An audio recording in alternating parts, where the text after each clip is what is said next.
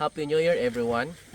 As we step into 2025, I'd like to take this moment to talk about something that is close to my heart.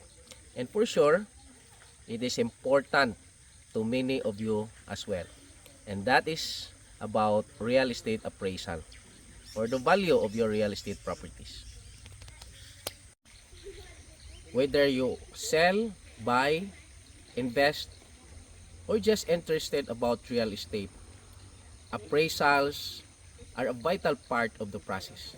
So today, I'm going to tell you why they are more important than ever this year. So, why appraisals matter so much?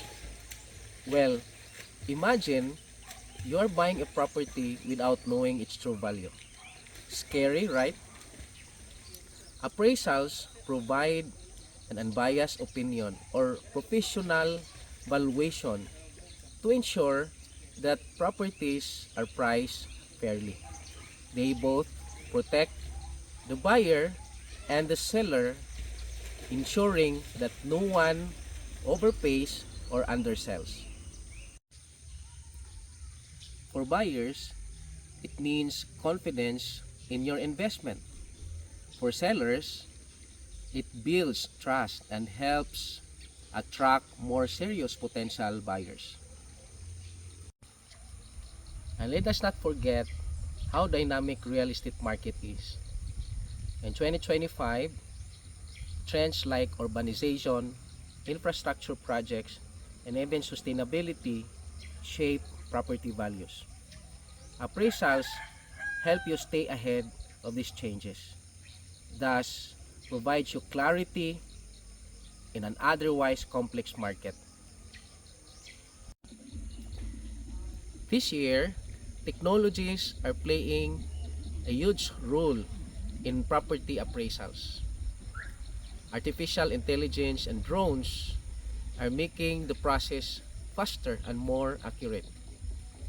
Green features like solar panel and energy efficient designs are becoming a bigger factor in property values.